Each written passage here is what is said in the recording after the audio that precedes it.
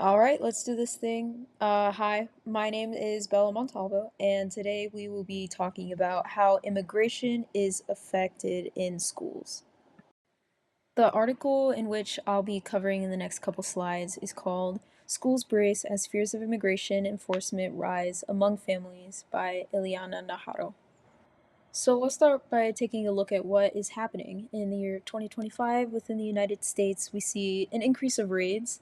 Um, In January of this year, actually January 20th, the day of Trump's inauguration, one of the first things he did was um, schools, hospitals, and churches are basically no longer protected from immigration enforcement, which rescinds a previous policy that did protect these sensitive locations. Technically, a judicial warrant is still needed to enter these private areas, so knowing your rights is extremely helpful and important nowadays. At the second bullet point, we'll be looking at detentions, and this is not the typical school detention. We're talking about detentions where they keep these illegal immigrants.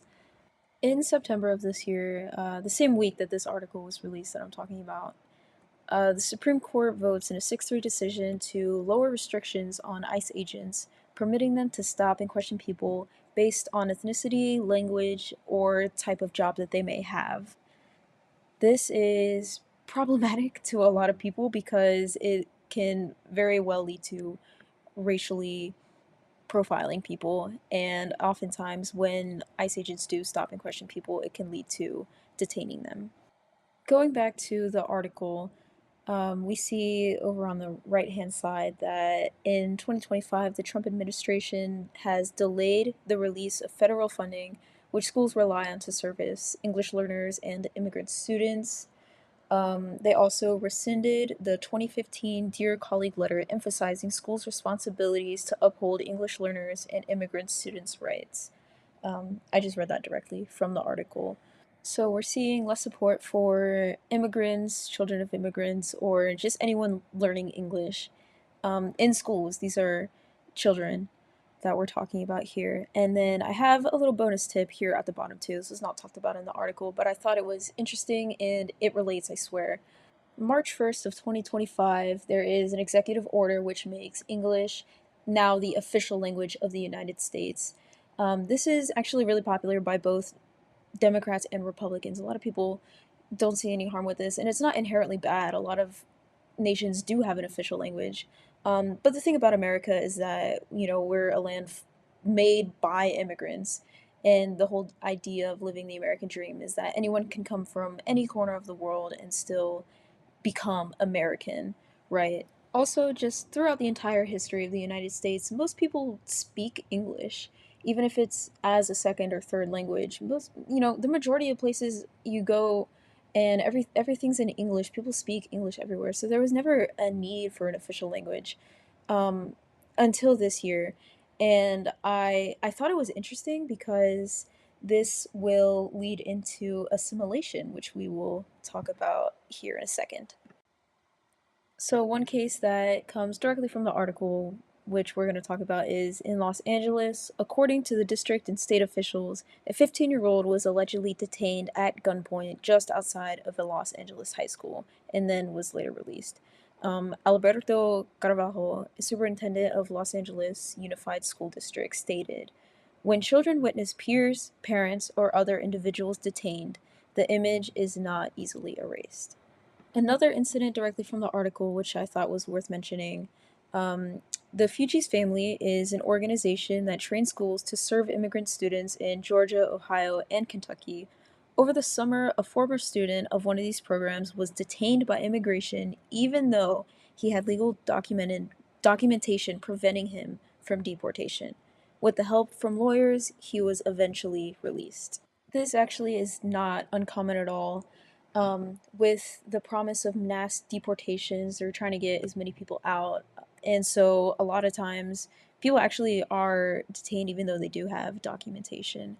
So, yeah, even if you are legal, I would recommend carrying whatever documents you have on you. This should frighten everyone. Some results that are going to come from everything going on. Families across the country fear for their safety. And this is not just Hispanic families. This is these are any immigrant families. What we're talking about. We're seeing in schools higher levels of student absentees being reported. We're seeing more children register for online classes because they're afraid to show up to school. We see, as we talked about, the lack of funding, we see less support for English learning students and immigrant students. And lastly, we're going to see more assimilation for fear of causing attention from school age students all the way to elderly people. We are seeing more people afraid to speak their native tongue in public.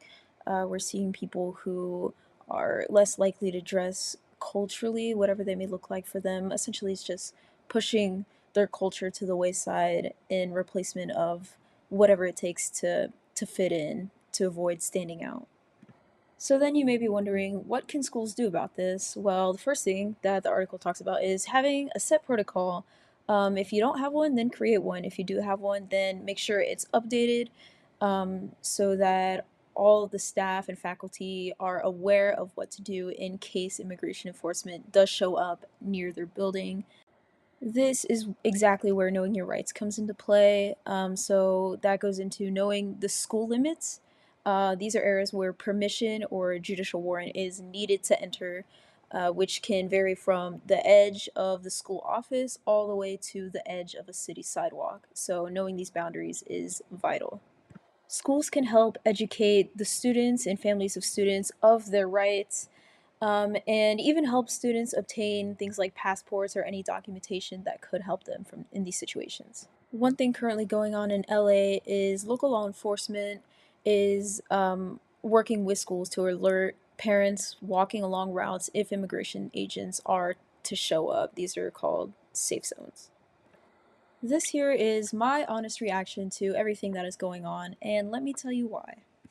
Immigration is such a hot topic right now. It's like the hot topic. And I've had this conversation with so many people so many different times. Um, and a question that I get asked a lot is like, why should I even care about that? You know, these people are coming in illegally. Why shouldn't we take them out? And to a certain extent, like if you want to argue about that, we can come to conclusions. We can talk about what that even means. But the way in which we are going about getting rid of immigrants is unethical, to say the least. And so I thought I'd bring in some facts to showcase why we should care about this. First and foremost, we should talk about ICE agents themselves. They're known to be pretty violent, as we saw the example with the 15-year-old being held at gunpoint outside of a high school.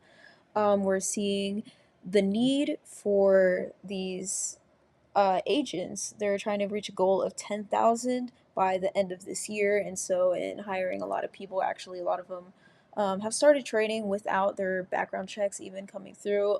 NBC News reported that many people who have already started training didn't pass drug tests or have criminal backgrounds, which is very scary that they are already in training because they're just trying to get as many ICE agents as possible. Now, that is not to say that all ICE agents are violent or criminals or racist or however you want to put it.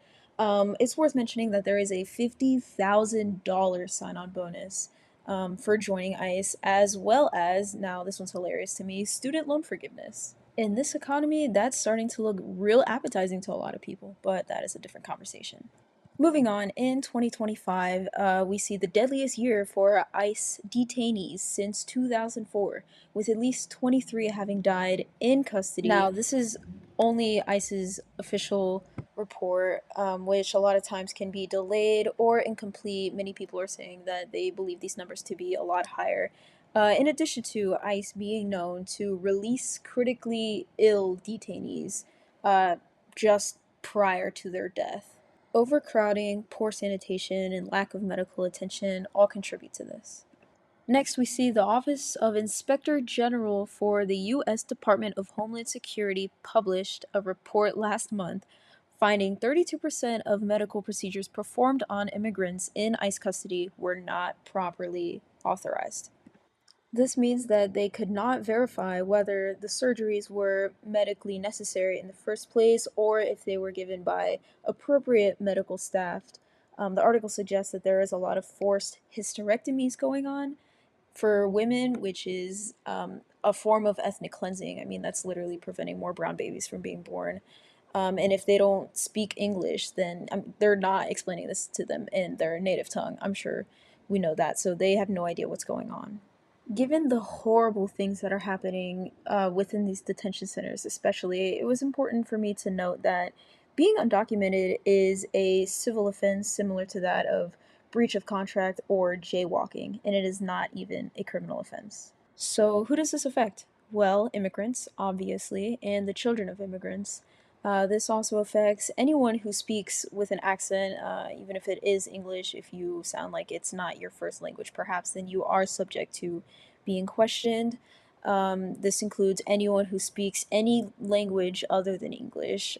So, if you're out speaking a language other than English in public, you can stop and get questioned, even if English is your first language. This is affecting all communities of culture across the board, as we've seen, especially with the assimilation aspect.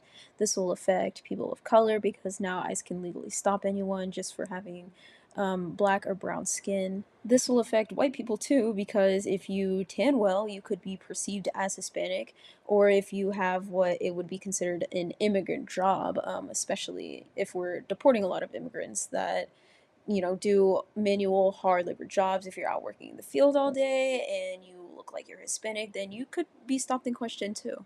These farms that rely on immigrants to do the jobs are also going to suffer, which we will see in stores with an increase of prices for the foods we consume. This is going to affect any American who relies on tax benefits because all immigrants, documented or not, they're still paying local, state, and federal taxes. They're paying into Social Security even though they do not receive the benefits of that. They're paying sales taxes, and if they rent a home, they're paying property taxes. And then lastly, this affects US citizens because, as we saw with the Fugees family's examples, your citizenship will not save you from being questioned or even detained from ICE agents in 2025. Closing out, we should talk about what matters. It is important to always advocate for the rights of students and their families.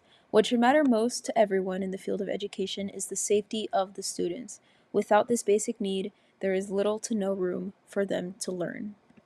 I am so sorry that this presentation ran a little long, but you know what? That's what you get, Mr. C, for assigning the immigration article to the Mexican student in the year 2025. But thank you so much for listening. It really is important to me and it means a lot. So have a nice day.